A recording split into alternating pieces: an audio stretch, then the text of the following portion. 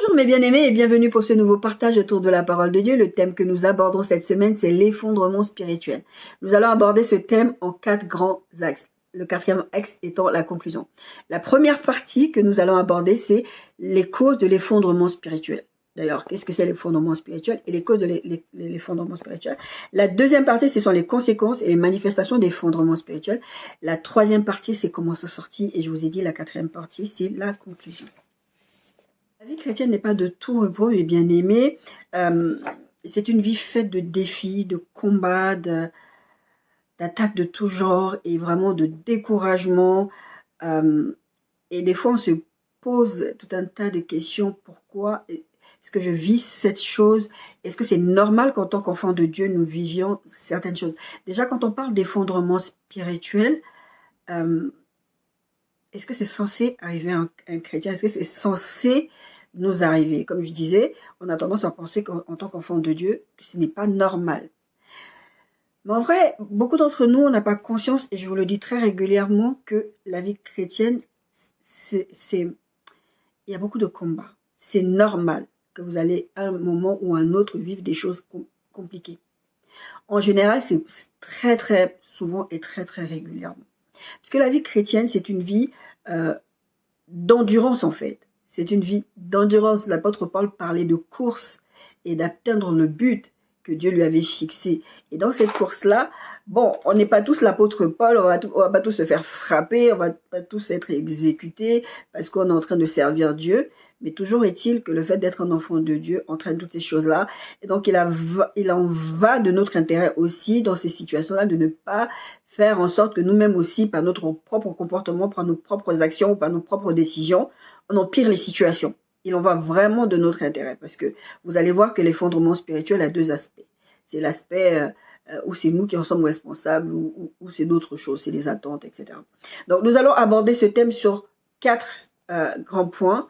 Le dernier point, c'est la conclusion. Les causes de l'effondrement spirituel. Il y a 2 principales causes à l'effondrement spirituel. D'accord? La première cause, c'est la rébellion contre Dieu. Et la deuxième cause, c'est quand tu n'obtiens pas ce que tu veux. En fait, qu'est-ce que c'est qu'un effondrement? Avant d'aborder les causes véritablement, qu'est-ce que c'est qu'un effondrement?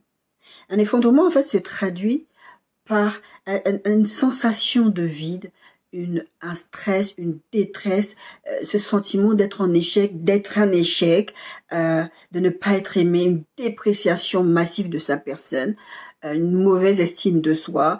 Ça peut passer par des crises de nerfs, ça peut passer par l'évaluation de la vie, des gens, de soi-même. En fait, rien ne va. En fait, ça part des petites choses, ça peut partir avec d'un stress, et ça va devenir quelque chose de massif. On a craqué, c'est fini. On n'est plus bien, il n'y a plus rien qui va. Alors, je disais, quelles sont les causes? La première partie, c'est quelles sont les causes de l'effondrement spirituel. On a dit qu'il y a 2 principales causes. Il y a la rébellion, il y a les attentes. Alors, la rébellion contre Dieu. Qu'est-ce que c'est qu'une rébellion? La rébellion, c'est de la désobéissance. C'est de l'insoumission, de l'insubordination, de l'opposition, du refus, de la révolte. Ça, ce sont des synonymes de la rébellion. Dans la définition de la rébellion, là je vous ai donné des synonymes. Dans la définition de la rébellion, le dictionnaire Robert dit ceci. La rébellion, c'est l'action de se rebeller, c'est un acte rebelle. Et la deuxième, c'est une tendance à se rebeller. C'est-à-dire que ça peut être une tendance ou ça peut être une action. Ça va poser l'acte de se rebeller. D'accord? On a dit que c'est un refus, c'est désobéissance. On est en train de parler de l'effondrement spirituel. Quelles sont les causes? Ben, la rébellion contre Dieu. Quand vous vous rebellez contre Dieu, à force, on a parlé de ça dans une précédente série, à force de se rebeller contre Dieu, c'est dans la série du Saint-Esprit, à force de se rebeller contre Dieu, le Saint-Esprit ne va pas vous forcer à faire les choses. À un moment donné, à force de vous rebeller contre Dieu, il y a des actes que vous allez poser, il y a des choses que vous allez faire, et vous, en fait, vous ne réalisez même pas que vous êtes déjà effondré. Je vous ai dit que ça peut commencer par le stress, par des petites choses comme ça. C'est des désobéissances. Vous savez, si vous avez déjà volé, on va pas se mentir, moi j'ai volé quand j'étais jeune. Ça m'est déjà arrivé d'aller dans un magasin prendre des bonbons, des choses comme ça. Quand vous allez dans un magasin faire quelque chose, même quand vous êtes à la maison, vous désobéissez à vos parents, vous avez ce stress de vous faire prendre. Ou quand vous prenez un transport en commun et que vous n'avez pas votre ticket, vous avez ce stress de vous faire prendre. Mais vous le faites quand même, à vos risques et périls. Si vous faites prendre, il y a des conséquences. Mais si vous ne faites pas prendre, vous allez avoir tendance à recommencer la prochaine fois jusqu'à ce que vous allez vous faire prendre. Il y a ces petites choses dans la rébellion, dans la désobéissance à Dieu. C'est vraiment ces choses qui vont vous amener de plus en plus loin. Et après, vous allez poser des actes de plus en plus bizarres. Et vous n'allez même pas vous rendre compte que c'est bizarre. Parce que c'est pas votre normalité d'enfant de Dieu. On va prendre le texte de Nombre 22. Encore l'histoire de Balaam. D'accord? Balaam veut... Il y a Balak, le roi de Syrie, qui lui dit, je veux maudire ce peuple-là. Je veux que tu maudisses le peuple de Dieu. Pourquoi? Parce que je vais rentrer en guerre avec eux et je sais qu'ils ont un Dieu puissant à leur côté et je veux que tu les maudisses, en fait. Que je gagne la guerre. Comme ça, voilà. Ils vont pas gagner la guerre. Et moi, je vais gagner la guerre. Vous savez bien que, je vous en ai déjà parlé plusieurs fois, les combats ne se gagnent pas que dans le naturel. Ça se gagne dans le spirituel. Je vous renvoie l'histoire de Moïse qui pendant qu'il y avait une guerre, il était là et priait. Après, il fallait lui tenir les mains, etc. En tout cas, Balaam veut l'argent. Parce que Balak lui propose de l'argent. Balak lui propose des récompenses. D'accord? Et il le veut. Il veut ces récompenses-là. Donc, il va voir Dieu. D'après lui, consulter Dieu, demander à Dieu, écoute, voilà ce que Balak est en train de me demander, qu'est-ce que t'en penses? Comme si Dieu va lui dire, sincèrement, c'est une bonne chose. Vas-y, maudis mon peuple. C'est l'exemple que je vous prenais pour le vol. Vous savez, vous êtes stressé au fond de vous, vous savez que vous ne devez pas faire ça.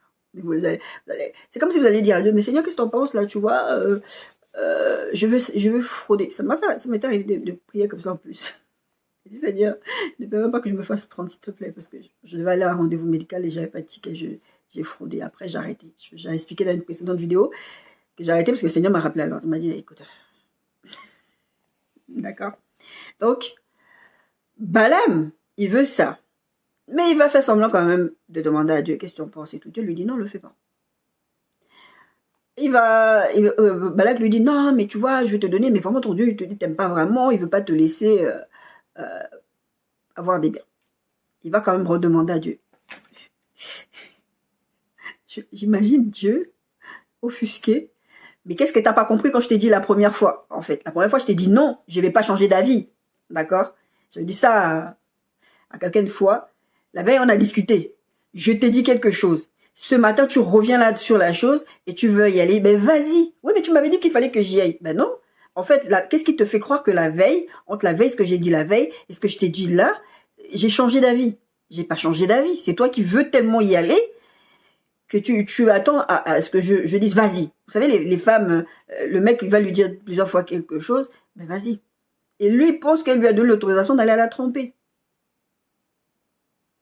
C'était pas ça. C'était une question, c'était même une mise au défi. Vas-y, fais-le. Et c'est ce que Dieu lui dit, ben vas-y. Va avec ces gens-là, parce qu'en fait, il lui disait, tu viens avec nous, comme ça, tu vas aller faire les trucs là-bas sur la montagne de je ne sais où. Je me souviens plus. Et Dieu lui dit, ben vas-y. Et il y va. La Bible dit ceci. Nombre 22, 21, 34.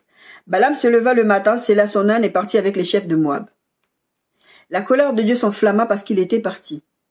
Si vous regardez les versets précédents, Dieu lui dit vas-y. Et l'ange de l'Éternel se plaça sur le chemin pour lui résister. Vous savez, on a parlé de ça la semaine dernière. Balaam était monté sur son ânesse et ses deux serviteurs étaient avec lui. Pourquoi dans ce cas-là, puisque Dieu lui dit va, pourquoi la colère de l'Éternel s'enflamme? Parce qu'il sait que c'est pas ça que Dieu veut. Et vous savez que Dieu ne veut pas ça. Mais vous voulez obtenir des résultats, vous voulez quelque chose, donc vous allez le faire. Vous allez vous rebeller contre Dieu, vous allez désobéir à Dieu, vous allez vous opposer à Dieu, et Dieu va s'opposer à vous, comme on l'a dit la semaine dernière. L'ânesse vit l'ange de l'Éternel qui se tenait sur le chemin, son épée nue dans la main, elle se détourna du chemin et alla dans les champs. Balaam frappa l'ânesse pour la ramener dans le chemin. L'ange de l'Éternel se plaça dans un sentier entre les vignes. Il y avait un mur de chaque côté. L'ânesse vit l'ange de l'Éternel. Elle se serra contre le mur et pressa le pied de Balaam contre le mur. Balaam le frappa de nouveau. L'ange de l'Éternel passa plus loin et se plaça dans un lieu où il n'y avait point d'espace pour se détourner à droite ni à gauche. En fait, l'ânesse, à chaque fois, se positionnait d'une façon. Balaam frappait pour qu'il change de position. Et quand l'ange, en fait, Jésus, je vous ai dit que dans l'Ancien Testament, comme vous voyez, l'ange de l'Éternel, très souvent c'est Jésus, parce que vous allez voir qu'il a des comportements de la divinité, c'est Jésus. Donc Jésus, il se met sur le chemin pour empêcher cet âne de passer. Mais Balaam, il n'est pas content, parce que lui, il ne voit pas Jésus. Parce que là, il voit Jésus. D'accord? Et il voit l'ange de l'Éternel. L'ange de l'Éternel essaie d'empêcher l'âne. Pour empêcher Balaam d'aller. Dieu lui a dit, vas-y. En fait, Dieu l'a mis au défi de faire ce qu'il lui avait interdit de faire, tout simplement. 3 fois. 3 fois, Balaam frappe son ânesse pour que l'ânesse se remette sur le chemin où il veut aller avec les représentants, les chefs de Moab. Là, l'ânesse vit l'ange, verset 27, l'ânesse vit l'ange de l'Éternel et elle s'abattit sous Balaam. Là, maintenant, il n'y avait même plus la façon dont l'ange de l'Éternel se positionnait à chaque fois. À un moment donné, l'ânesse veut même passer sous Balaam. La colère de Balaam s'enflamme et frappa l'ânesse avec un bâton. L'Éternel ouvrit la bouche de l'ânesse et elle dit à Balaam, « Que t'ai-je fait pour que tu m'aies frappé déjà 3 fois ?» Balaam répondit à l'ânesse, « C'est parce que tu t'es moqué de moi, si j'avais une épée dans la main, je te tuerais à l'instant. » L'ânesse dit à Balaam, « Ne suis-je pas ton ânesse que tu as de tout temps monté jusqu'à ce jour? Ai-je l'habitude de te faire ainsi ?» Et il répondit, « Non. » L'Éternel ouvrit les yeux de Balaam, et Balaam vit l'ange de l'Éternel qui se tenait sur le chemin, son épée nue dans la main, et il s'inclina et se prosterna sur son visage. L'ange de l'Éternel lui dit, « Pourquoi as-tu frappé ton ânesse déjà 3 fois? Voici, je suis sorti pour te résister, car c'est un chemin de perdition qui est devant toi, qui est devant moi. » Donc, la façon dont l'ange de l'Éternel s'est positionné, je vais t'empêcher d'aller où tu es en train de vouloir aller, parce que c'est un chemin de perdition. L'ânesse m'a vu et elle s'est détournée devant moi. Déjà 3 fois. Si elle ne fût pas détournée de moi, je t'aurais même tué et je lui aurais laissé la vie. Balaam dit à l'ange de l'Éternel, j'ai péché car je ne savais pas que tu fusses placé au-devant de moi sur le chemin et maintenant si tu me désapprouves, je m'en retournerai. On verra que même en disant ça, il était quand même pas content. Dieu essaie de vous empêcher de prendre des directions par le Saint-Esprit, par les circonstances, par des personnes qui vont venir vous dire « Ah tiens, j'ai rêvé de toi ». Ma fille, plusieurs fois, le Seigneur l'a utilisé pour venir me dire « Maman, j'ai rêvé de ça ». Et c'était souvent dans le cadre d'avertissement. Bon, c'est aussi arrivé dans les fois où Dieu est en train de préparer mon futur et que moi, je suis en mode... je bouge pas, je pose pas les actes que Dieu veut que je pose. Donc, il va parler à ma fille. Et quand ma fille elle commence à venir me parler, je dis il faut que tu te grouilles pour faire ce que Dieu te demande de faire. D'accord? L'effondrement spirituel. Balaam n'est même plus capable de discerner Dieu dans les circonstances. Et ce qui est pire dans le comportement de Balaam, Balaam se met à parler à son âne. Il n'y a pas un moment dans la tête de Balaam où il y a quelque chose qui tire, qui dit, mais attends, pourquoi mon âne il me parle? Je vous disais, en préambule, que quelque part de ce grand point, quelque part, vous allez avoir des comportements que vous ne devriez pas avoir, mais vous allez l'avoir parce que ça vous semble, ça devient naturel pour vous. Il y a quelque chose qui a craqué au-dedans de vous, spirituellement parlant, émotionnellement parlant, qui fait que vous avez des comportements qui vous semblent normaux. Est-ce que c'est normal de parler à un animal?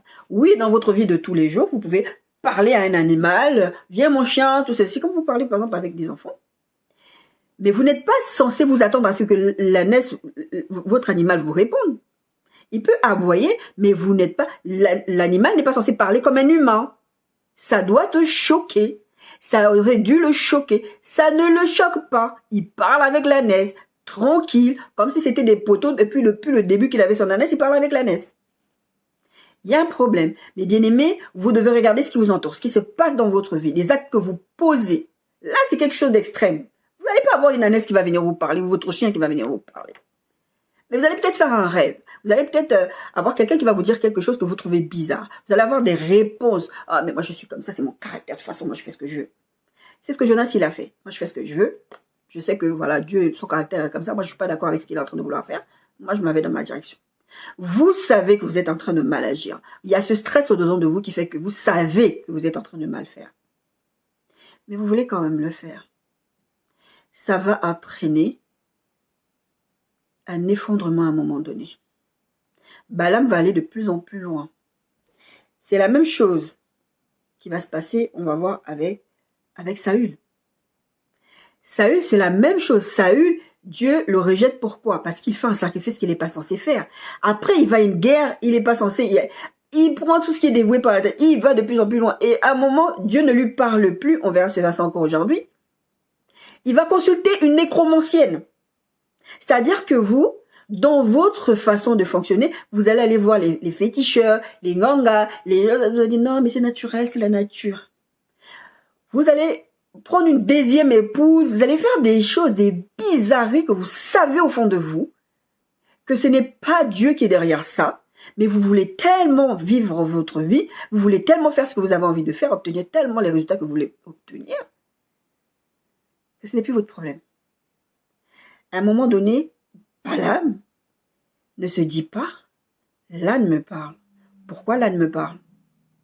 Il n'y a pas quelque chose qui tilte dans sa tête que l'âne est en train de me parler. Le texte de Job qui dit que Dieu parle tantôt d'une façon, tantôt d'une autre, mais on y prend garde. Ce texte dit que Dieu fait ça pour nous préserver de la fausse, pour nous avertir. C'est ce que l'ange de l'Éternel essayait de faire dans ce texte avec Balaam. Je sais que tu es en train de prendre un chemin de perdition. J'essaie d'empêcher cet âne que toi, tu es tellement perdu spirituellement que tu ne vois même pas ce que tu es censé voir, que tu veux prendre cette route parce que tu as des intérêts derrière. Vous voyez que vous ne rêvez plus comme vous rêviez pas avant, vous n'avez plus des visions comme vous aviez avant, vous n'entendez plus la voix de Dieu, vous n'avez plus envie d'ouvrir la Bible, vous n'avez plus envie de prier, vous êtes sur le chemin de l'effondrement spirituel. Vous êtes en danger. Je disais ça il y a quelques années à une petite sœur à moi, je lui disais, écoute, quand tu vois, parce qu'elle me dit, oui, Dieu me parle, Dieu me dit, il m'appelle ça. C'est quelqu'un qui avait été déçu, on verra, par Dieu, pour elle, Dieu l'avait déçu. Donc elle s'était éloignée de Dieu. Et Dieu lui donnait des avertissements. Ça, je ne savais pas, que Dieu était en train de lui donner des avertissements. Et plusieurs fois, le Seigneur me montre en rêve, je priais pour elle, etc. Un jour, je l'ai appelée, j'ai dit, écoute, voilà ce que Dieu est en train de dire. Oui, je sais parce que moi-même, il me l'a dit. Mais qu'est-ce que tu attends? Bouge-toi. Tu es en danger. Quand tu ne rêves même plus comme tu rêvais avant, tu es censé être un intercesseur. Tu es censé être un chantre. Tu es censé être... Et tu n'es plus. Tu es en danger. Tu es en danger parce qu'un âne va te parler, tu vas parler avec l'âne. Normalement, tu vas causer avec l'âne. Ça ne te pose aucun problème. Il y a des choses que tu vas faire, tu vas te dire, c'est pas grave. Les médiums, je pense qu'ils voient les choses tellement extraordinaires que c'est forcément Dieu qui leur montre. Saül, il allait voir une nécromancienne, une abomination devant l'Éternel. Mais il y est allé, parce qu'il était désespéré. Je vous ai dit, l'effondrement spirituel amène du désespoir. Vous êtes désespéré, vous allez poser des actes. Vous êtes stressé, vous allez poser des actes. Vous êtes découragé, vous allez poser des actes. Vous êtes en souffrance, vous allez poser des actes. Je vous parle régulièrement ces derniers temps de la souffrance émotionnelle. Vous allez poser des actes. D'accord? La deuxième chose, on a vu la première cause, c'est la rébellion contre Dieu. La deuxième chose, c'est quand tu n'obtiens pas ce que tu veux ou quand tu n'obtiens pas les résultats que tu attends. 1 Roi 19, 1-4, c'est l'histoire d'Élie. Dieu avait utilisé Élie pour fermer le ciel pendant 3 ans. Parce qu'il avait une leçon à donner à Akab et à Jézabel. Le pays, je vous signale quand même que Akab, c'était le roi d'Israël. C'était quelqu'un qui était censé être le roi du peuple de Dieu. C'est Dieu qui l'avait positionné là. Mais Akab, il faisait n'importe quoi. Et il était, la Bible dit qu'il était excité par sa femme Jézabel. Rappelez-vous l'histoire du chant de, je ne sais plus, je vous mettrai le nom. Il l'a fait tuer parce qu'il voulait quelque chose. Et Dieu n'était pas d'accord avec lui. Et qu'est-ce qui se passe dans ce texte-là? C'est que le ciel a été fermé. Maintenant, Dieu est en train de prévoir que la pluie va venir, etc. Mais Dieu va utiliser Élie pour faire une espèce de bataille entre les prophètes de Baal et Dieu, pour montrer qui est le vrai Dieu. Les prophètes de Baal, ils vont essayer, ils vont couper la viande, ils vont faire... C'était ça le défi. Vous connaissez l'histoire. Je vous invite à aller regarder l'histoire. Et à la fin, Élie va se moquer d'eux. Élie va dire, bah, votre Dieu, il fait quoi? Il dort, ce qui se passe pas, pourquoi? Ils ont fait à un moment, ils appelaient leur Dieu, ils faisaient des trucs, des incantations, après ils se cisaillaient la peau, ils faisaient des dingueries, comme diraient les jeunes, pour que le feu tombe du ciel. S'ils faisaient ça, c'est parce qu'ils avaient l'habitude de le faire et que ça devait fonctionner. Mais là, ils ont mis au défi Dieu. Et Dieu leur a montré. Et Dieu a fait tomber le feu du ciel. Je vous signale qu'il y avait une sécheresse. Le ciel avait été fermé 3 ans. Il n'y avait pas d'eau. Je ne sais même pas d'où l'eau est arrivée, où Élie a trouvé l'eau pour faire la viande, mettre la viande des sacrifices. Il a imbibé l'autel d'eau. Ça ne devait pas prendre, le feu ne devait pas prendre. Et la Bible dit que le feu, quand le feu va tomber du ciel, le feu va tout consumer, tout va brûler. Et là, il y a une démonstration de puissance pour dire que Dieu est Dieu. Mais qu'est-ce qui se passe? 1 Roi 19, verset 1 à 4. Akab rapporta à Jézabel tout ce qu'avait fait Élie. Parce qu'après ça, il y a une démonstration. Donc, Élie aussi, il est galvanisé. Il va tuer les prophètes de Baal. Donc, Akab qui a assisté à toutes ces histoires-là, il va aller dire à Jézabel, voilà ce qu'Élie a fait là-bas. Verset 2. Verset 1. Akab rapporta à Jézabel tout ce qu'avait fait Élie et comment il avait tué par l'épée tous les prophètes de Baal.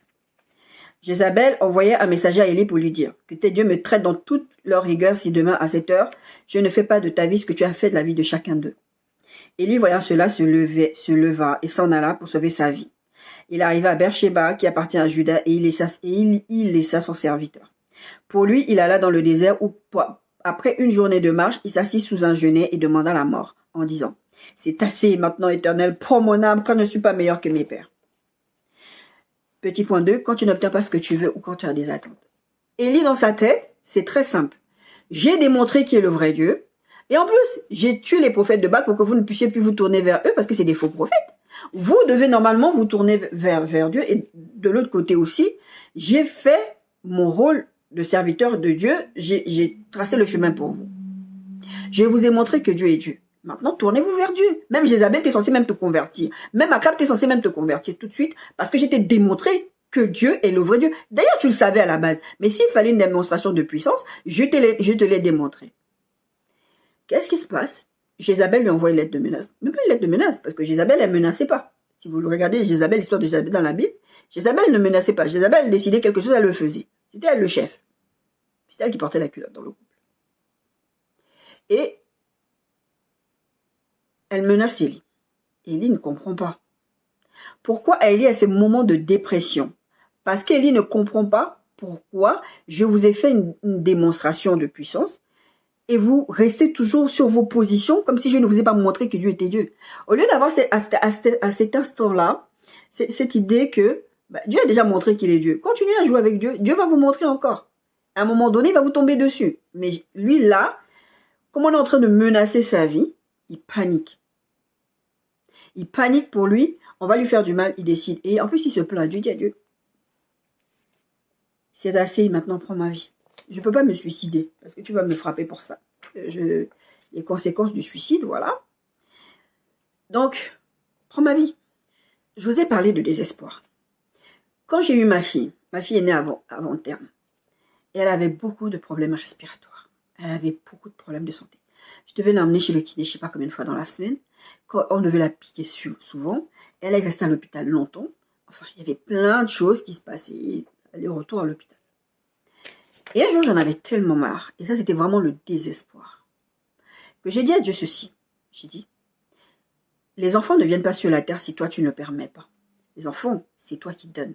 Parce que, à la base, j'avais cette culpabilité d'avoir eu un enfant hors mariage. D'accord? Et je me disais, j'étais mal. Pendant ma grossesse, ce qui me faisait mal, c'est vraiment d'avoir péché contre Dieu. Mais j'avais l'impression qu'il fallait que je prouve quelque chose à Dieu pour que Dieu puisse me pardonner. Mais c'est pas comme ça que Dieu marche. Tu demandes pardon, Dieu te pardonne. D'accord? 1 Jean 1,9 dit quoi? 1 Jean 1,9 dit, si nous confessons nos péchés, il est fidèle et juste pour nous les pardonner et nous purifier de toute iniquité. J'avais l'impression qu'il fallait encore que je pose d'autres actes pour que Dieu me pardonne. Parce que j'étais en souffrance émotionnelle, psychologique et spirituelle. J'étais effondrée spirituellement. Donc, même si je savais concrètement certaines choses comme le pardon de Dieu, mais clairement, je ne vivais pas. Et à un moment, j'ai dit ceci à Dieu. J'ai dit, écoute, si c'est la punition que tu as décidé de me donner, que cet enfant va souffrir sur cette terre-là, prends sa vie. Tu n'as pas permis qu'elle vienne sur cette terre pour qu'elle continue de souffrir. Prends sa vie. Ça ira plus vite qu'elle souffre comme ça. Prends sa vie. C'est ce que j'ai dit à Dieu. Vous savez ce que le Seigneur m'a dit? Il m'a dit ceci. C'est pas ton enfant. Pour commencer. Je te là. C'est pas ton enfant. Je te l'ai prêté pour que tu t'en occupes sur cette terre. Mais c'est pas ton enfant, c'est mon enfant. J'ai compris par ces propos de Dieu que j'étais en train de pécher contre Dieu. Déjà de penser que Dieu ne m'avait pas pardonné et d'oser dire ça à Dieu. J'ai compris que je n'avais pas, j'étais tellement désespérée, j'étais tellement en souffrance de voir l'enfant souffrir que je voulais que ça s'arrête. Vous vivez, vous attendez des choses. Dieu m'a donné un enfant. L'enfant ne doit pas être malade, l'enfant ne doit pas souffrir. Dieu m'a donné un mari. Pourquoi on se bagarre avec mon mari? Dieu m'a donné un travail. Pourquoi je ne suis pas bien payée? Pourquoi mon patron me persécute? Pourquoi mes collègues me persécutent? Dieu m'a aidé à trouver un partenaire d'affaires. Pourquoi les affaires sont effondrées? Il n'y a pas de chiffre d'affaires, il y a toutes ces choses. Et vous allez dire à Dieu, pourquoi? Et c'est souvent dans ces états d'esprit-là que vous allez commencer à vouloir magouiller, que vous allez commencer à chercher des solutions par vous-même, parce que vous n'avez pas obtenu ce que vous voulez. Vous avez des attentes. Élie avait des attentes. Élie avait des attentes. L'attente d'Élie, c'était vraiment, mais non, je vous ai démontré. Donc maintenant, vous devez vous comporter en conséquence. Dieu ne lui avait jamais dit, quand tu vas démontrer, tu verras que c'est ça qui va se passer. J'avais une amie, une meilleure amie. Ça se passait bien pendant des années. Mais je vous disais, je crois que c'est la semaine dernière ou la semaine d'avant, je vous disais, en fait, Dieu m'avait prévenu, pendant des années, c'était jusqu'à ce moment où je vous fais le message que je me rends compte que, en fait, Dieu m'avait prévenu. Moi, j'ai toujours pensé que Dieu ne m'avait pas prévenu. Parce que je comprenais pas pourquoi tu m'as laissé être très proche de cette personne, alors que cette personne, en fait, elle n'était pas une bonne personne, en fait. Que c'était quelqu'un qui, voilà. Et en fait, pendant que j'étais en train de vous prêcher il y a 1 semaine ou 2 semaines, je me rends compte que c'était une dame était venue me voir. Et c'était pas la seule qui était venue me voir. Mais comme c'était des païens, je n'avais pas pris ça comme un avertissement de Dieu. Elle venait me dire, tu sais, cette personne, nanana, tu sais, elle m'a pas dit les détails. C'est plus tard, quand il va y avoir des embrouilles avec cette personne, que cette jeune femme, il reviendra me dire, mais tu sais, cette femme, c'était ça, ta. Mais à l'époque, elle m'a juste dit, c'est bizarre, te connaissant toi, connaissant ta personnalité, ton caractère, ta façon de fonctionner, je comprends pas qu'est-ce que tu fais avec cette dame. C'est tout ce qu'elle m'avait dit. Et d'autres personnes sont venues me dire la même chose, te connaissant toi, te connaissant ton fonctionnement, ton caractère, qu'est-ce que tu fais avec cette dame? Et en fait, le Seigneur, par les paroles de ces personnes qui n'étaient pas converties, me prévenait que cette dame n'avait rien à faire dans ma vie. Mais elle est restée dans ma vie pendant des années, 10, 15 ans, un truc comme ça, 15 ans. Elle est restée dans ma vie, je crois.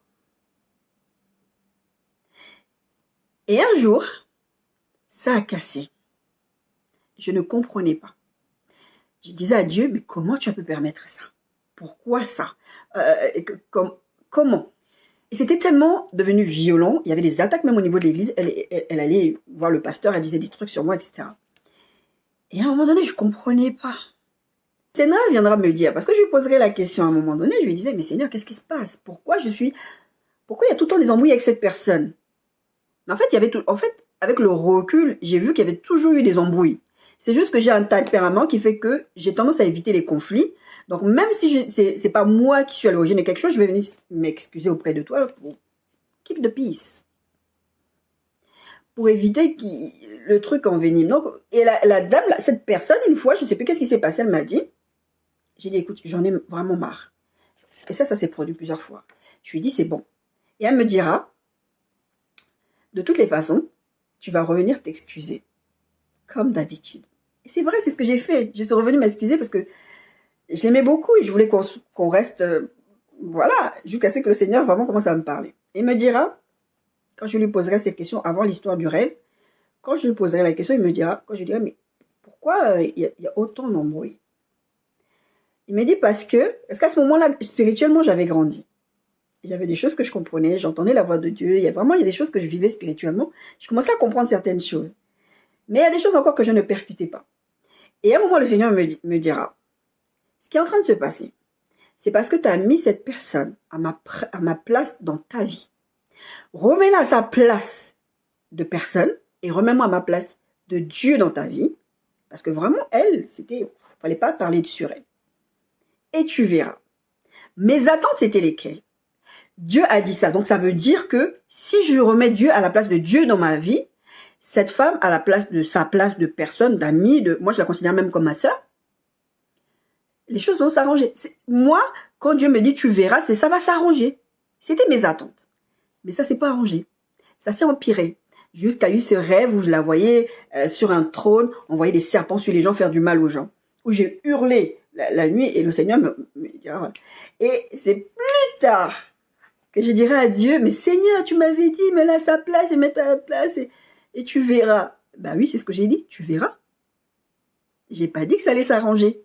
Mais moi, j'avais interprété, ça va s'arranger. Élie a sûrement dû interpréter, je vais démontrer, donc ça va s'arranger. Donc vous avez des situations comme ça, où vous vivez des choses compliquées, que ce soit dans le mariage, dans le travail, dans n'importe quel domaine de votre vie. Dieu vient vous encourager. Vous avez des gens comme moi qui viennent vous prêcher des choses, et vous vous dites, forcément, Dieu est en train de me dire que ça va s'arranger. C'est pas ça que Dieu est en train de vous dire. Et vous avez des attentes, et quand vous voyez que la chose ne se passe pas, et même ça s'est empiré, vous vous effondrez. Parce que vous aviez des attentes.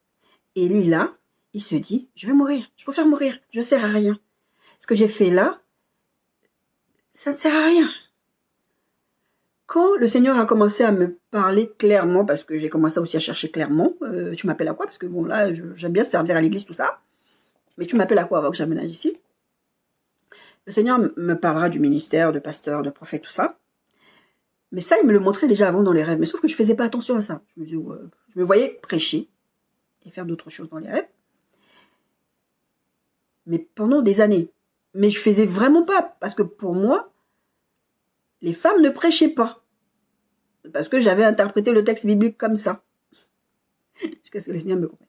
Et quand j'ai compris à quoi j'étais appelée, j'ai dit, mais je vais jamais y arriver. Je suis quelqu'un de très réservé. Ça a été difficile pour moi la première fois que je me suis mise devant une caméra pour vous prêcher. Et encore, ça va parce que je suis juste devant une caméra. J'imagine bien qu'il y a des gens derrière. Mais je ne suis pas face à vous. Quand je prends les gens un à un dans ma vie de tous les jours prêcher, c'est pas difficile. Mais le jour où je vais me retrouver devant une foule en train de prêcher, je ne sais pas. Mais en tout cas, j'imaginais toutes ces choses. Et je disais à Dieu, mais comment je vais faire? Je suis une femme. Comment je vais faire? Et le Seigneur me dira, c'est pas toi qui vas faire. C'est moi, à travers toi. Et à partir du moment où le Seigneur vient te rassurer comme ça t'aide à ne pas tomber. On verra les solutions. Ça t'aide à ne pas t'effondrer parce qu'il y a des moments où je tourne des vidéos. Je prends toute une journée quasiment pour faire les vidéos. Le temps de tournage, le temps de me préparer, le temps de préparer, sans compter la préparation même du message. Le temps de tournage, les montages que je fais, tout ça. Des fois, je me retrouve, j'ai vu la dernière fois une des vidéos que j'avais fait, c'était 27 vues. J'ai une fille dans le Seigneur qui m'a dit une fois, mais maman, comment tu fais? T'as pas autant de vues, comment tu fais? C'est décourageant. T'as envie, vous savez, des fois j'ai envie d'abandonner. Mais elle m'a demandé comment tu fais pour tenir. Je lui ai dit, parce que Dieu m'a donné un ordre. Des fois, je lui ai dit, parce que physiquement, je vais pas bien. Et ces derniers temps, je vais pas bien physiquement. Ça se voit peut-être pas à la caméra, mais je vais pas bien physiquement. Et j'ai dit au Seigneur, Seigneur, s'il te plaît, j'ai besoin d'un temps. J'ai besoin de prendre quelques semaines pour me reposer, me récalquer. Et le Seigneur m'a jamais répondu pour me dire, prends un temps. Donc, tant que le Seigneur me le dit pas, je peux pas le faire. Mais j'ai ce truc. Dieu m'a donné un ordre, je dois le suivre. J'ai des attentes parce que, à partir du moment où Dieu m'a appelé au ministère, les choses doivent couler de source. Parce que c'est pour le salut des gens, c'est pour les encouragements de son peuple. C'est comme ça que je raisonne. C'est comme ça que vous raisonnez aussi, que ce soit dans le ministère, dans la vie séculière, vous raisonnez comme ça. Vous vous dites que si Dieu est avec nous, qui sera contre nous? Concrètement, c'est ça. C'est censé se passer d'une certaine façon. Et là, ça ne se passe pas. Et vous êtes embêtés. Parce que vous avez des attentes. D'accord? Vous n'obtenez pas ce que vous voulez. Donc, vous êtes déçus. N'oubliez pas qu'on est en train de parler de l'effondrement spirituel. Et en grand 1, on a dit que qu'est-ce qui est la cause de l'effondrement spirituel? C'est la rébellion contre Dieu. Et la deuxième chose, c'est quand tu n'obtiens pas ce que tu veux. Tu vas te décourager. On a vu le cas d'Élie là. Élie s'est effondré. Maintenant, je vais mourir. et tous les exemples que je viens de vous donner. Quelles sont les conséquences, les manifestations de l'effondrement spirituel? Quelles sont les conséquences ou les manifestations de l'effondrement spirituel? C'est ce qu'on a vu avec Balaam. Il m'a parlé avec l'âne, ça ne lui pose plus de problème. Le deuxième texte, c'est le texte qu'on a utilisé déjà la dernière fois, c'est 1 Samuel 28, 6 à 7.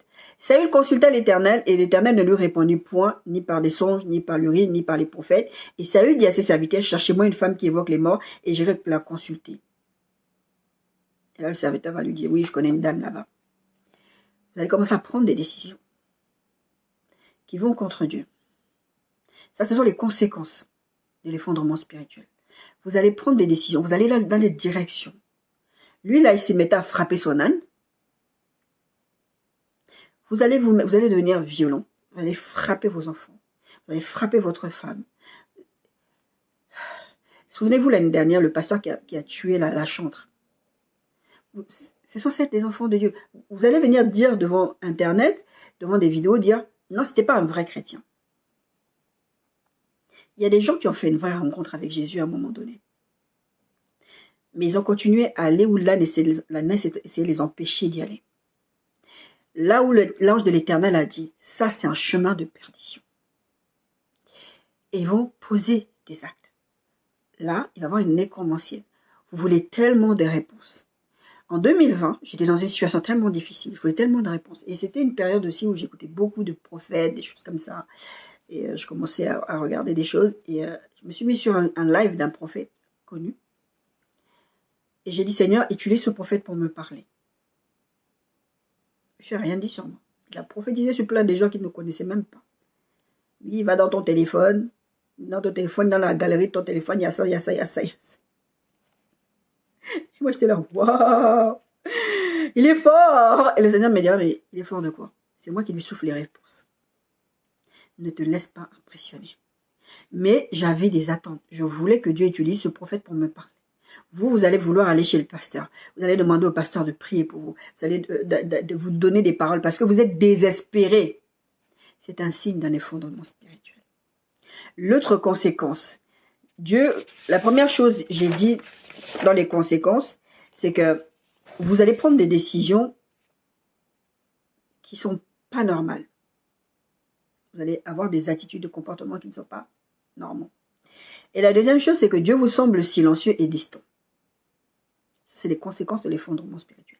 Le texte de Samuel 28, 6, 7 dit « L'Éternel ne lui répondit point ni par l'Urim, ni par les prophètes, ni par les songes. » Dieu vous semble distant, et des fois c'est parce qu'il est vraiment distant et silencieux, et des fois c'est pas du tout parce qu'il est distant et silencieux.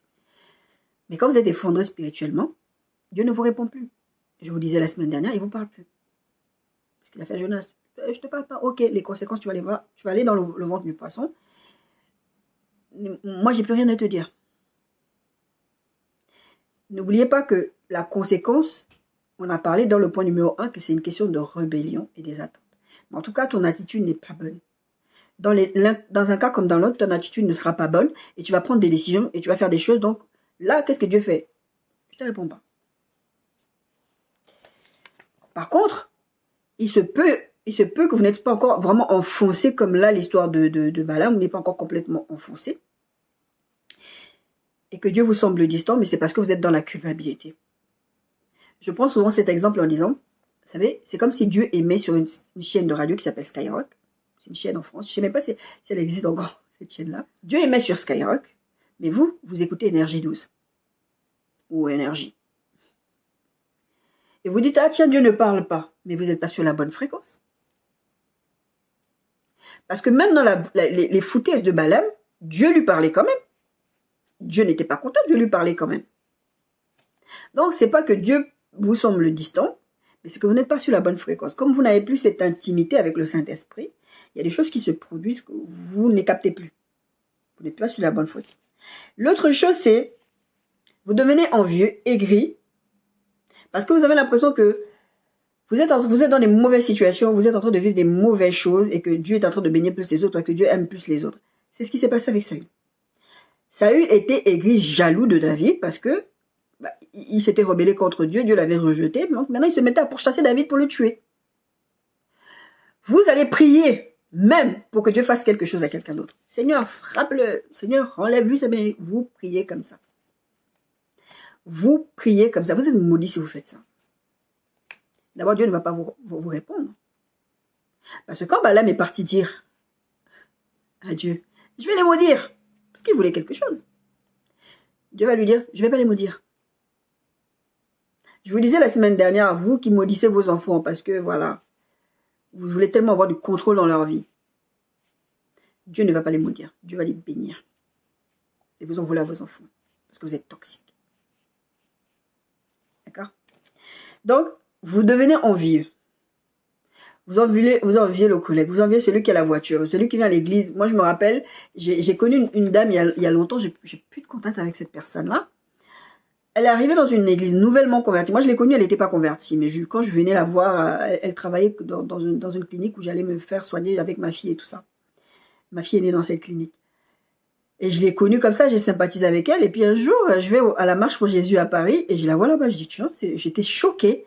Et c'est là qu'elle m'explique qu'elle a donné sa vie au Seigneur, on a repris le contact, etc. Et plus tard, elle se mariera avec quelqu'un. Bon, aujourd'hui, elle est divorcée, cette personne. Mais en tout cas, elle me dira, elle avait des difficultés parce que les dames de l'église lui faisaient la garde parce que, en fait, dans l'église où elle est partie, dans cette église qu'elle a trouvée, elle a rencontré un homme là-bas. Et cet homme-là, apparemment, beaucoup de femmes le voulaient. Beaucoup de chrétiennes qui étaient dans cette église le voulaient. Et elle arrive et ce mec est intéressé par elle. Et ils vont se marier, etc. Moi, j'étais à son mariage, ma fille était demoiselle d'honneur à son mariage.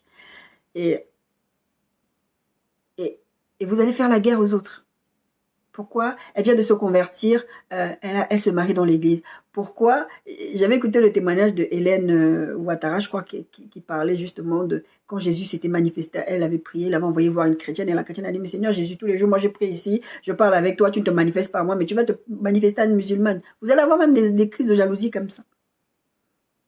Parce que Dieu, pourquoi il fait ça avec l'autre, il fait pas ça avec moi? Moi, je mérite pas. Pourquoi... La première bénédiction de l'Éternel pour vous, c'est votre souffle de vie. Dieu peut vous enlever comme ça de la terre. La vie n'est rien. En 2021, mon cousin est décédé. Il est mort comme ça, comme la blague. Ça nous a tous choqués.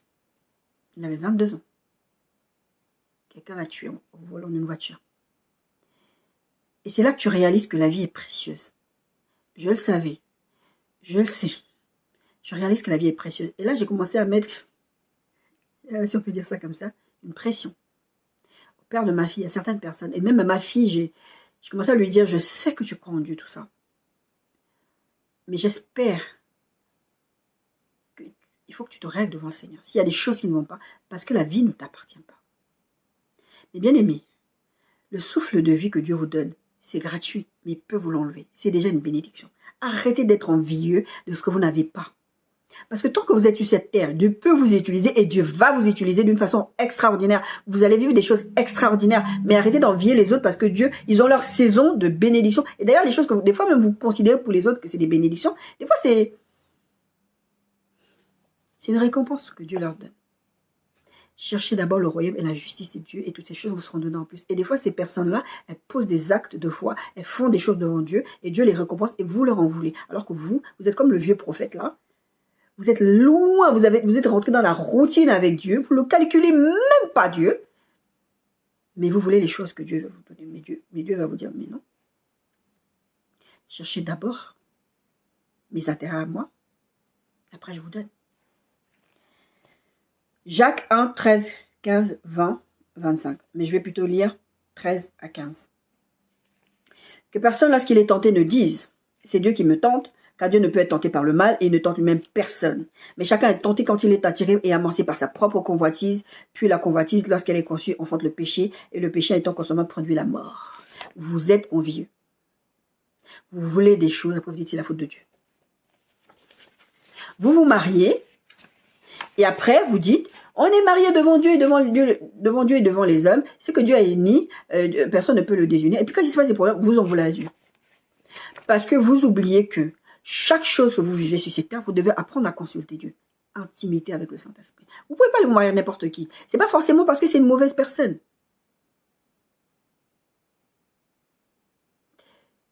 vous devez vous marier dans le Seigneur. Et se marier dans le Seigneur, ça ne veut pas dire se marier à l'église ou devant le pasteur. C'est marier dans le Seigneur, ça veut dire se marier selon la volonté de Dieu pour votre vie.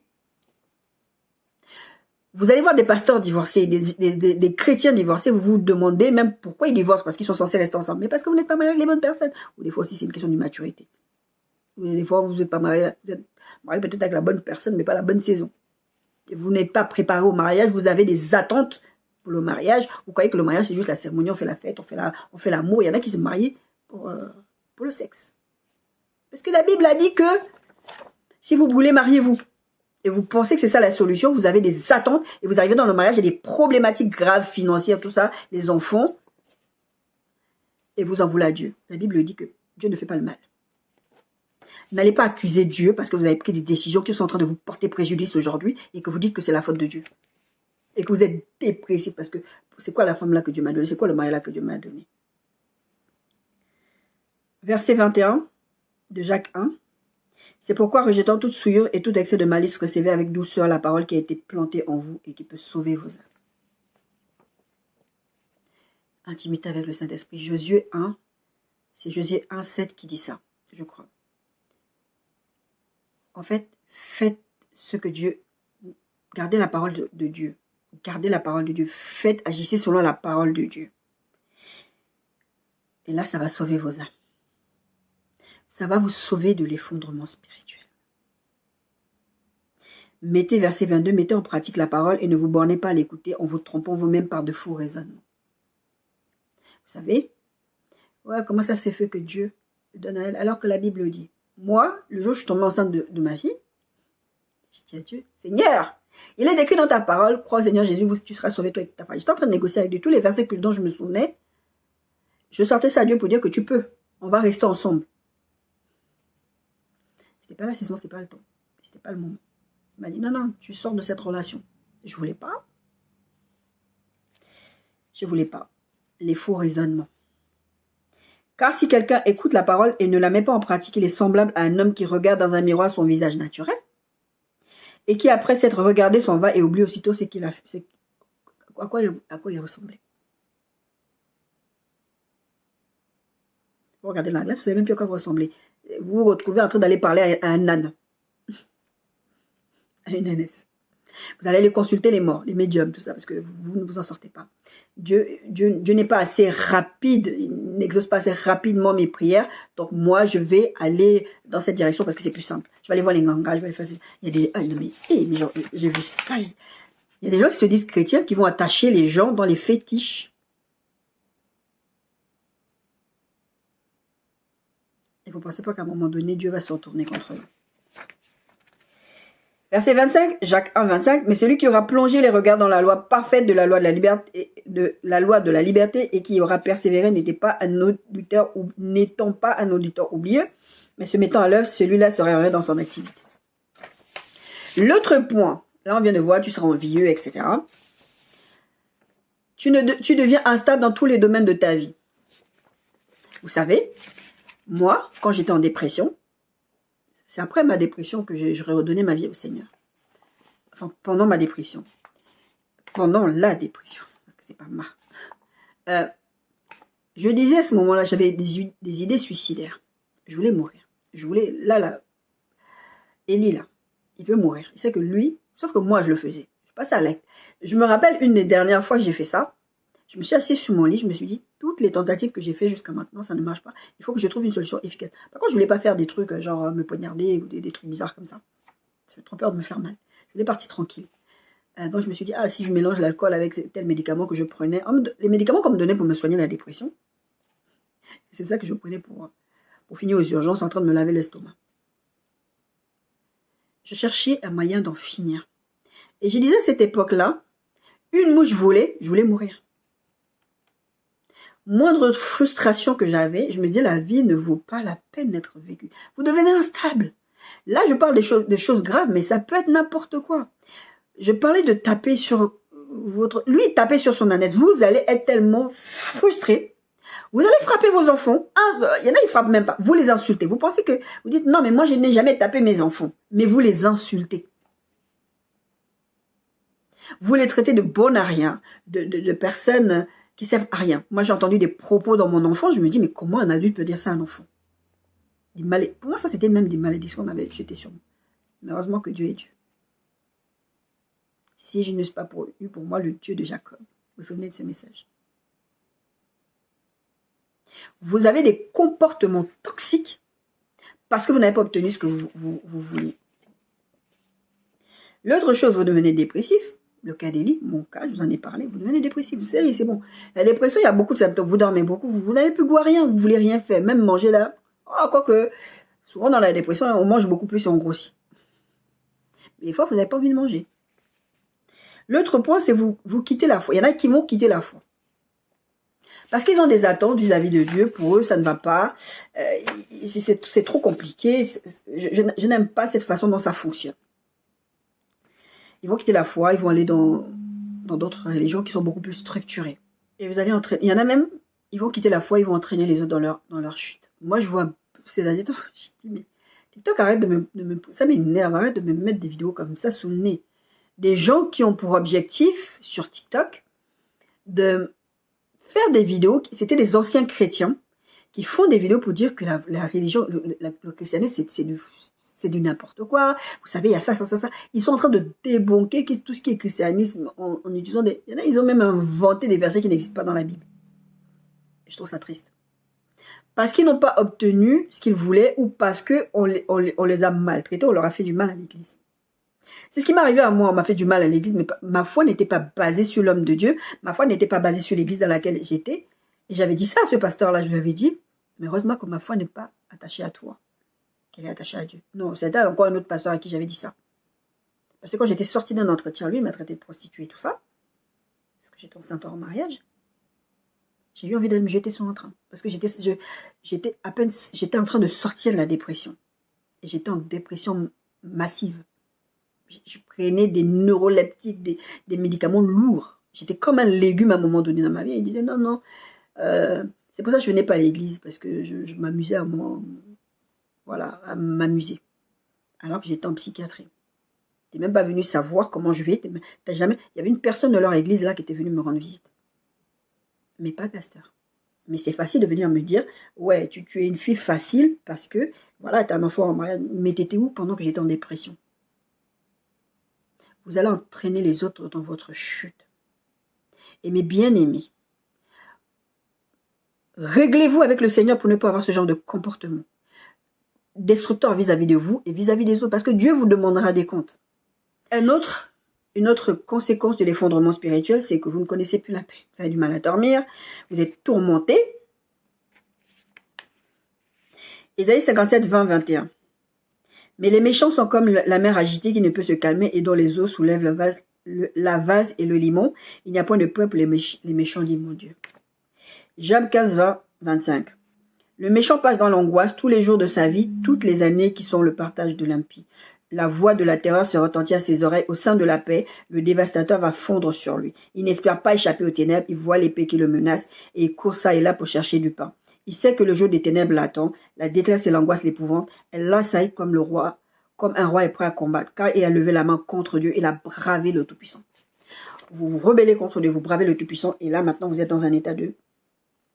Vous avez perdu la paix. Le texte de Jean 14, 26, 27, où Jésus dit « Je vous donne ma paix, je vous laisse ma paix » ne s'applique même plus à vous. Je vous disais la semaine dernière, souvent, quand c'est comme ça, quand vous êtes dans des choses contre Dieu, quand Dieu vous résiste, vous allez vivre tout l'inverse de ce que la parole de Dieu promet. Les promesses de la Bible ne s'appliquent plus à vous. Et dans ce cas, c'est pareil. Il y a ce texte qui dit que je vous donne ma paix, je ne vous la donne pas comme le monde, ne vous troublez pas. Non, mais vous êtes troublés. Comment je vais payer les cours pour mon enfant? Comment financièrement je vais veiller à ce que mon enfant ait quelque chose? Vous oubliez que Dieu a dit qu'il pourvoit.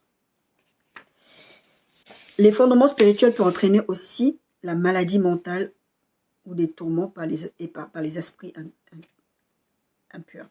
Là, le point d'avant, je parlais du fait de ne pas dormir, de ne pas être en paix, d'être vraiment tourmenté, vraiment, tu réfléchis. Il y a beaucoup de choses comme ça qui se passent. Ça, c'est un signe d'effondrement. Ce sont les conséquences. D'accord?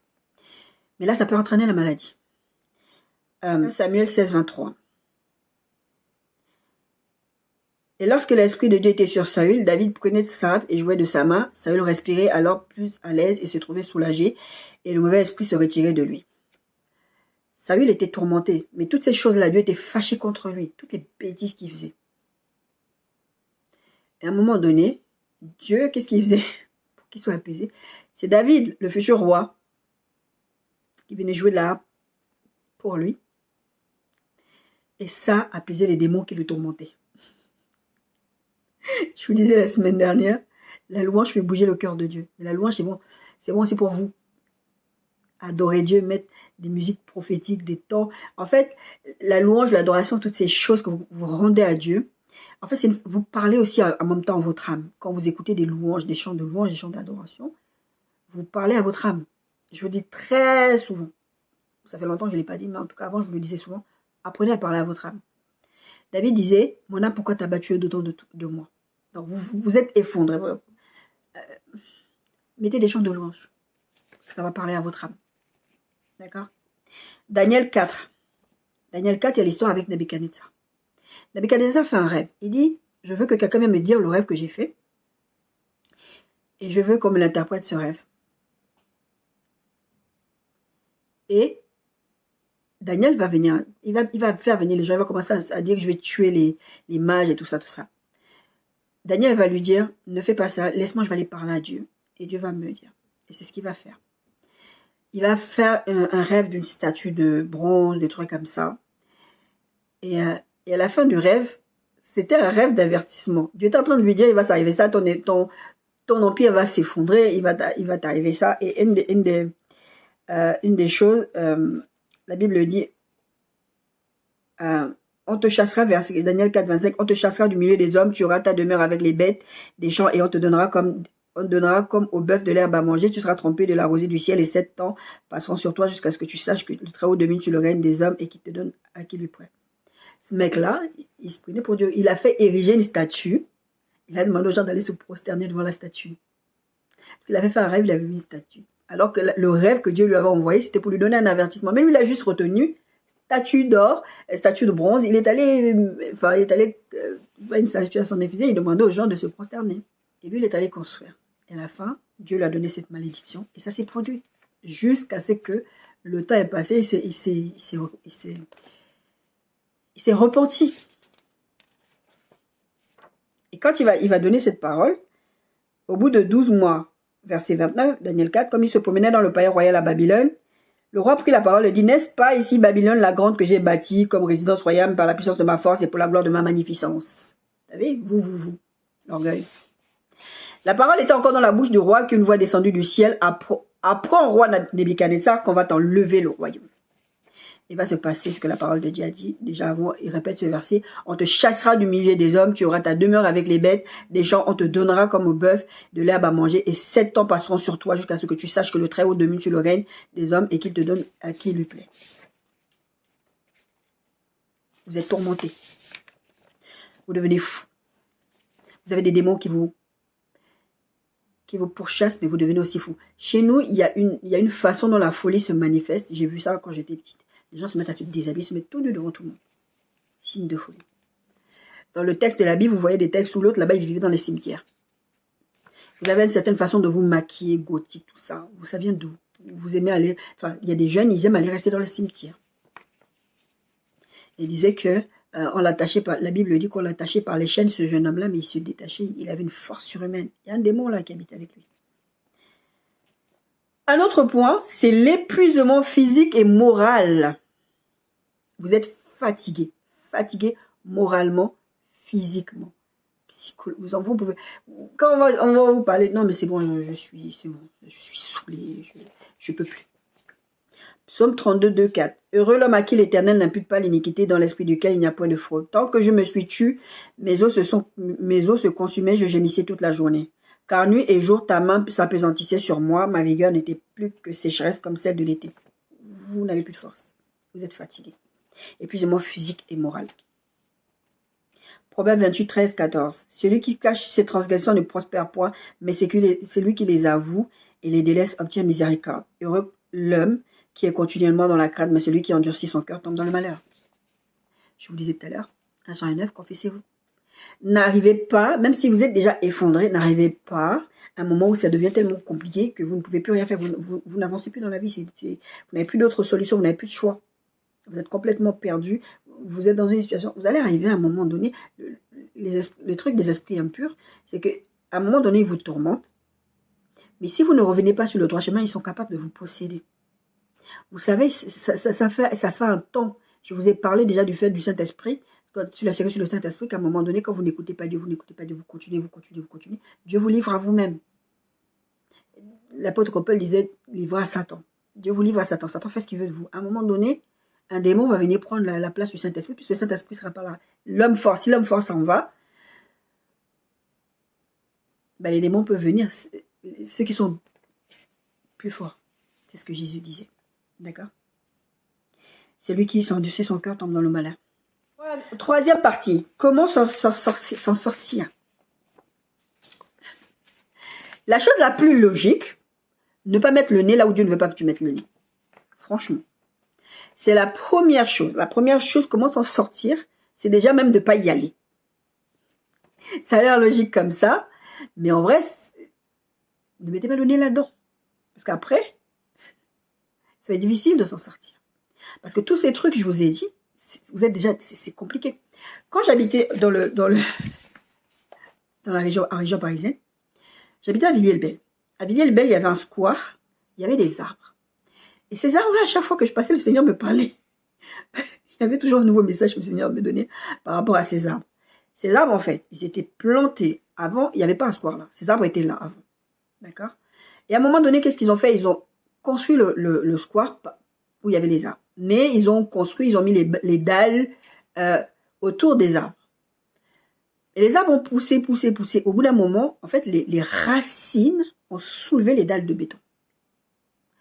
Là, vous êtes arrivé à un moment dans la vie où les trucs sont tellement enracinés, les racines sont tellement fortes, ça va faire bouger les choses. Ce qui est à l'intérieur de vous, qui est mauvais, va sortir, mais de façon mauvaise.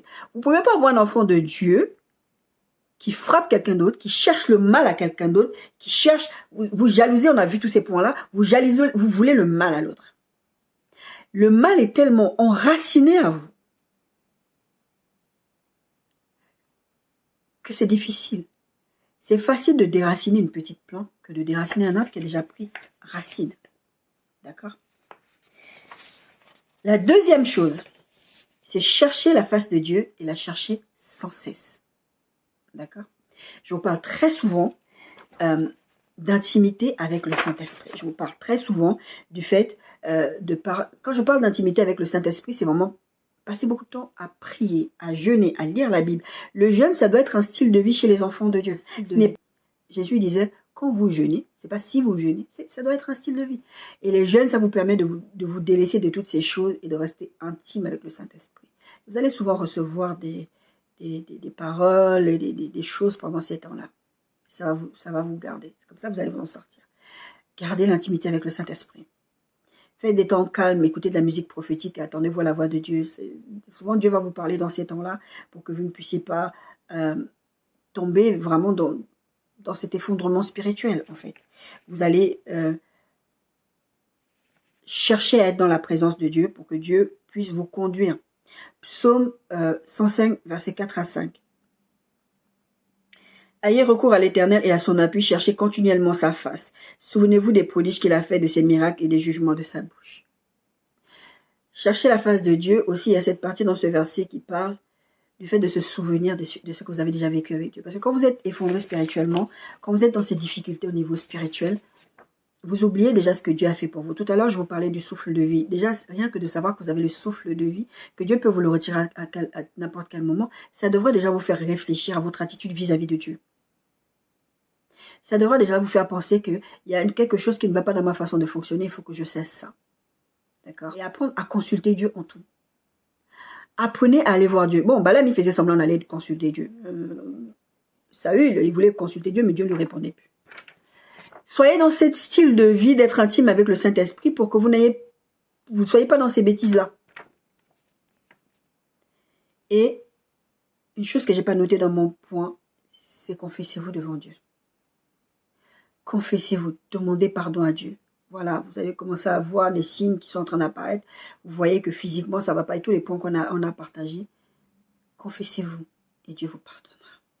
Et ensuite, la repentance passe par l'étape de la confession devant Dieu et aussi de changer de trajectoire. C'est ce que l'ange de l'Éternel essaye de faire en péché d'aller sur un chemin de perdition. Se confesser devant Dieu, aller dans le sens de Dieu, la repentance, c'est pour éviter que vous ayez sur le chemin de la perdition, remettre sur le droit chemin. Et il y a aussi une chose, c'est être discipliné. C'est pas facile d'être discipliné. Vous savez, moi, quand j'étais jeune, quand j'allais à l'école, j'ai toujours pensé que la fac, ça a été difficile pour moi, parce qu'en plus, moi, j'étais partie dans des études de droit à la base. Après, j'ai arrêté parce que ça ne me plaisait vraiment pas. Mais j'ai toujours pensé que j'étais quelqu'un de très suiveuse. J'ai toujours pensé que je suis quelqu'un qui ne suis pas autonome. J'ai besoin qu'on me donne de quoi faire. Au point que quand j'étais dans mon ancienne église, où ça s'est passé comme ça s'est passé, quand le pasteur est venu me voir pour me dire « Ah, je veux que tu sois responsable communication », j'ai dit « Non, moi je veux pas. » Parce que moi, j'aimais bien que le pasteur me délègue des tâches. Qu'on me dise « Fais ça, fais ça, fais ça. » Parce que j'estimais que je ne suis pas assez autonome. Et parce que ça, c'est très humain en fait. L'être humain a besoin qu'on lui dise quoi faire. C'est pour ça que beaucoup d'entre vous aimez aller voir les pasteurs pour dire « Pasteur, je dois faire quoi? Pasteur, je dois épouser qui? Pasteur, je dois...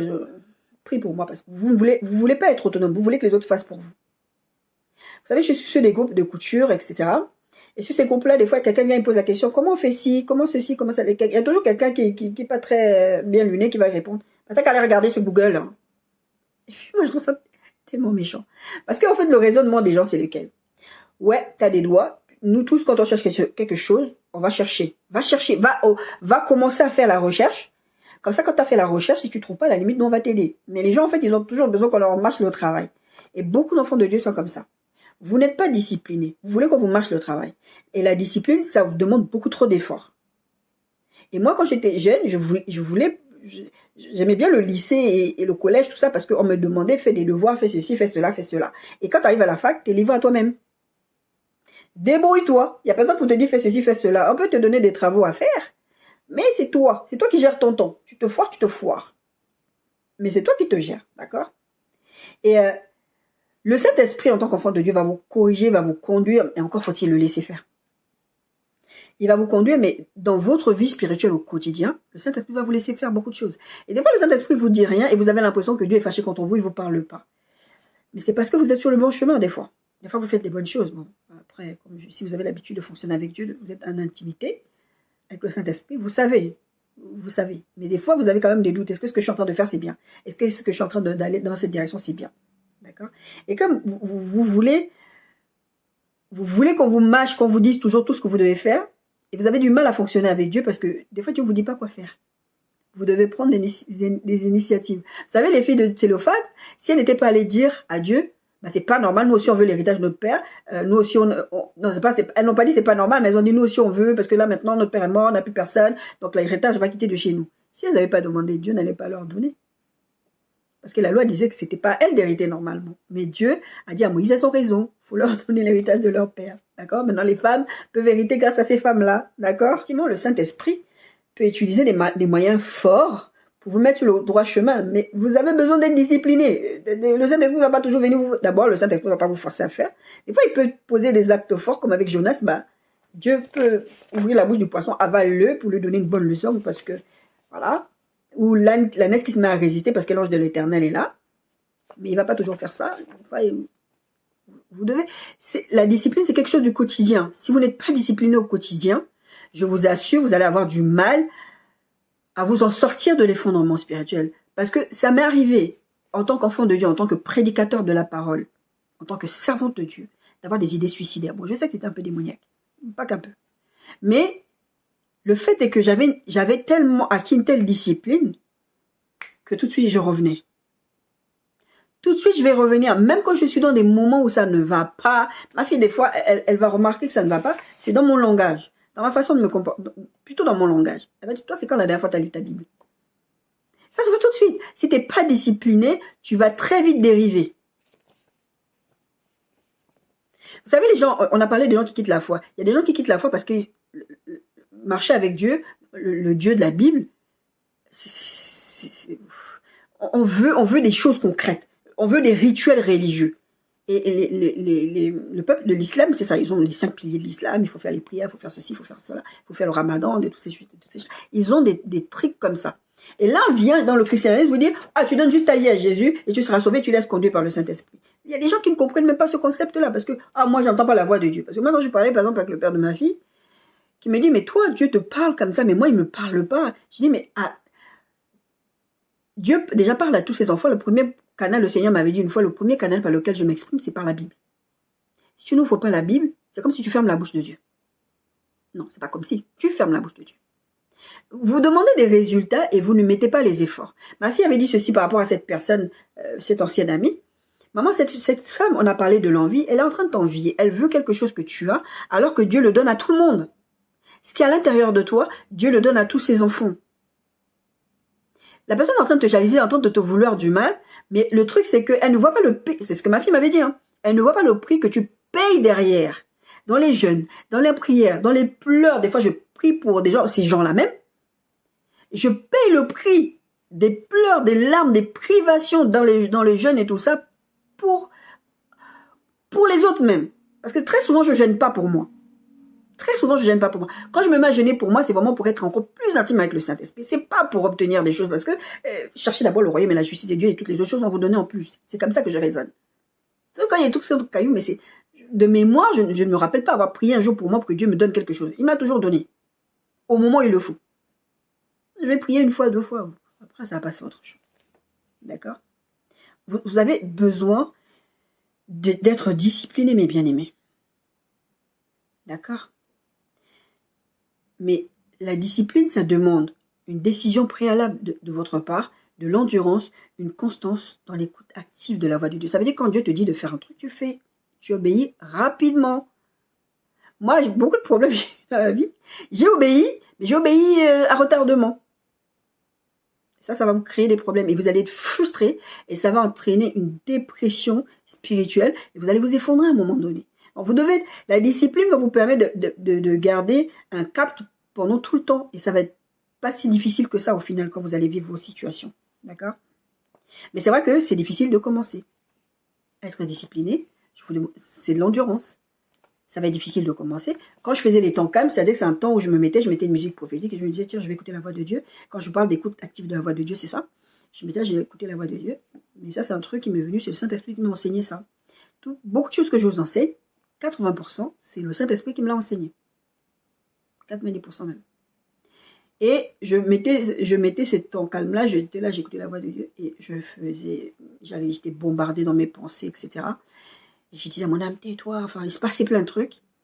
Au début, c'était difficile, parce que tu entends ton âme me parler, est-ce que tu as éteint le feu? Est-ce que tu as attendu le linge? Est-ce que les courses? Mon âme! Parce que c'est votre âme qui fait ça pendant que vous êtes dans les temps de cœur à cœur avec Dieu. D'accord? Mais c'est à force de faire. Puis le Seigneur m'a expliqué des choses sur l'âme. Peut-être que je vous ferai un message spécifique là-dessus. Et après, je me suis disciplinée. De sorte que maintenant, aujourd'hui, si je me pose et que j'essaye de faire un temps calme, je peux avoir encore les pensées qui vont venir. Je vais dire mon âme. Là, on est dans la présence de Dieu. On va parler de toutes ces choses-là après. Pour l'instant, même à mon corps, même à mon ventre pendant les jeûnes qui faisaient... J'avais parlé à mon ventre. Mon ventre a arrêté de faire ça pendant mes temps de jeûne. Je vous en ai parlé dans une vidéo déjà. On en reparlera peut-être une autre fois. Mais en tout cas, apprenez à être discipliné. C'est vrai que c'est difficile, mais vous devez imposer à votre corps d'obéir à Dieu. D'accord? 2 Corinthiens, quand je dis votre corps, c'est votre être entier, âme, corps et esprit, à obéir à Dieu. 2 Corinthiens 10, 4, 5. Plutôt le verset 5. Nous renversons les raisonnements et toute hauteur qui s'élève contre la connaissance de Dieu et nous amenons toute pensée captive à l'obéissance de Christ. On doit apprendre à amener toutes nos pensées à obéir à Christ. La discipline va amener ça. Et nous amener toute pensée captive à l'obéissance de Christ. L'être humain, c'est pas facile d'être discipliné. C'est pas facile parce qu'on a besoin que quelqu'un nous dise toujours quoi faire, comme je disais tout à l'heure. Et c'est un peu comme les enfants. Ils ont besoin qu'on leur explique les choses. Sinon, regardez les enfants à qui on n'a pas donné des bases, ce qu'ils deviennent. Ils sont perdus, ils sont paumés. Et moi, j'ai vu il y a quelques années, il y a beaucoup d'années en arrière, un enfant qui avait porté plainte contre ses parents. C'était aux États-Unis encore, qui avait dit, en fait, Il était fâché parce que ses parents, en fait, le laissaient libre de ce qu'il voulait. Il en voulait à ses parents d'être devenu ce qu'il était devenu parce qu'il était trop libre. Il avait besoin, on a besoin de limites. Et notre vie à nous, devant le Seigneur, Dieu nous donne des limites. Et souvent, ces limites-là, on veut toujours les franchir. Je vous ai prêché sur la malédiction. Je vous ai dit, Satan ne maudit pas.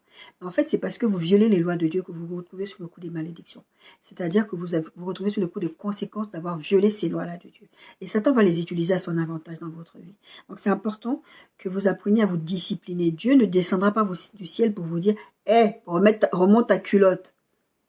Ne parle pas à cette personne. Des fois, il va vous le dire. Souvent, il vous donne des avertissements. Mais il y a des actes que vous allez poser. Dieu ne descendra pas du ciel pour vous arrêter. Vous avez votre libre arbitre, votre libre au choix. Et c'est parce que vous avez tellement besoin.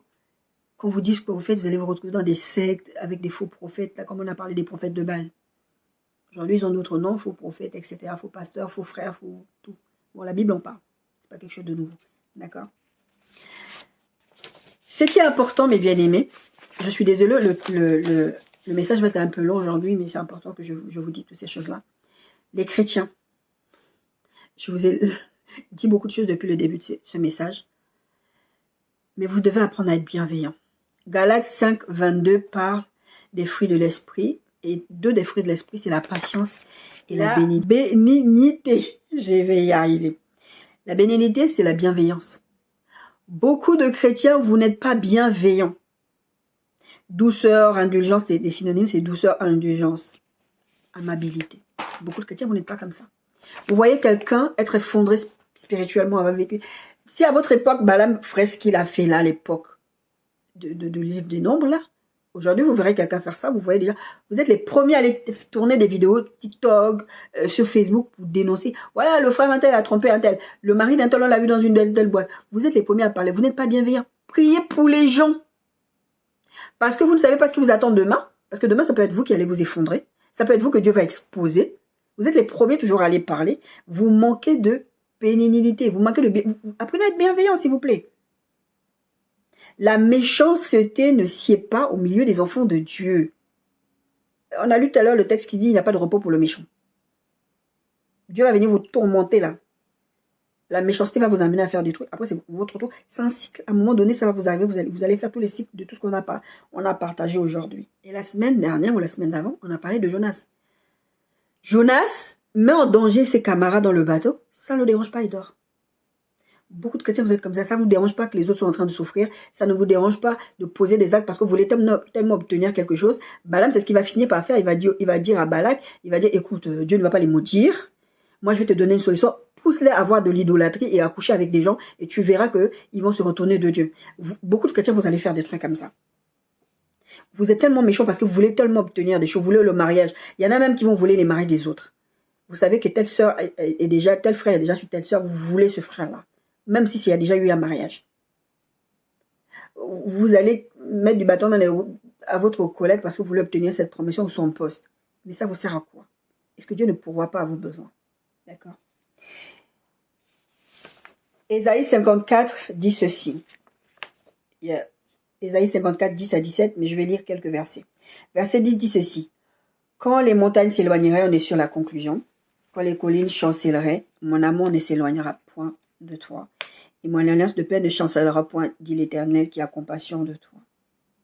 Verset 14, tu seras fermé par la justice, banni l'inquiétude, car tu n'as rien à craindre, et la frayeur, car elle n'approchera pas de toi. Si l'on forme des complots, cela ne viendra pas de moi. Quiconque se liguera contre toi tombera sous ton pouvoir. Et verset 17, toute âme forgée contre toi sera sans effet, et toute langue qui s'élèvera en justice contre toi, tu la condamneras. Tel est l'héritage des serviteurs de l'Éternel. Tel est le salut qui leur viendra de moi, dit l'Éternel. Et bien aimé, le Seigneur vient vous encourager ce matin. Pour vous dire que oui, même si vous êtes effondré spirituellement, je vous ai parlé des solutions. La repentance, mais Dieu vous aime. Quand je vous parlais de bienveillance, vraiment ce côté de, quand vous voyez les autres prier pour eux, parce que ça peut arriver aussi pour vous. Et sachez que même si ça vous arrive, tant que vous avez un souffle de vie, Dieu vous aimera toujours. Il a payé un prix élevé à la croix en Jésus-Christ. C'est pas aujourd'hui qu'il va vous laisser tomber, d'accord? 2 Corinthiens 4, 8, 10 dit ceci. Nous sommes pressés de toute manière, mais non réduits à l'extrémité, dans la détresse, mais non dans le désespoir, persécutés, mais non abandonnés, abattus, mais non perdus, portant toujours avec nous dans notre corps la mort de Jésus, afin que la vie de Jésus soit aussi. Psaume 9, 10 à 11. L'Éternel est un refuge pour l'opprimé, un refuge au temps de la détresse. Ceux qui connaissent ton nom se confient en toi, car tu n'abandonneras pas ceux qui te cherchent. Ô Éternel, manifeste notre corps. Ces versets, c'est des versets d'encouragement. Je veux vous encourager que même si vous n'êtes pas passé encore par cette étape, et même quand vous allez passer par cette étape, sachez que l'amour de Dieu est toujours grand pour vous récupérer. Ésaïe 62, 1, 4.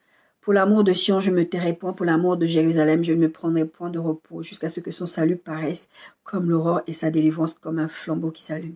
Et sachez que ces textes-là, c'est des textes où Dieu dit, je vais les envoyer en déportation, je vais faire ci, je vais faire ça. Mais après, voilà ce qui va se passer. Donc oui, vous allez vous effondrer spirituellement. Oui, peut-être vous êtes dans cette période où vous êtes effondré spirituellement, mais il y a toujours un encouragement parce que Dieu vous aime toujours. C'est pas parce que vous avez craqué, vous êtes désespéré, parce que vous n'obtenez pas les choses, parce que vous êtes désobéi contre Dieu, que Dieu va vous aimer. Vous allez avoir des conséquences, que Dieu va vous aimer moins. Vous allez avoir des conséquences, mais Dieu vous aime toujours. Dieu, ce qu'il veut, c'est que tu reviennes à la maison, en fait. C'est que tu reviennes vers lui. Verset 4, Ésaïe 62, on ne te nommera plus délaissé, on ne nommera plus ta terre désolation, mais on t'appellera mon plaisir en elle, et on appellera ta terre épouse, car l'Éternel met son plaisir en toi, et ta terre aura un époux. Soyez bénis.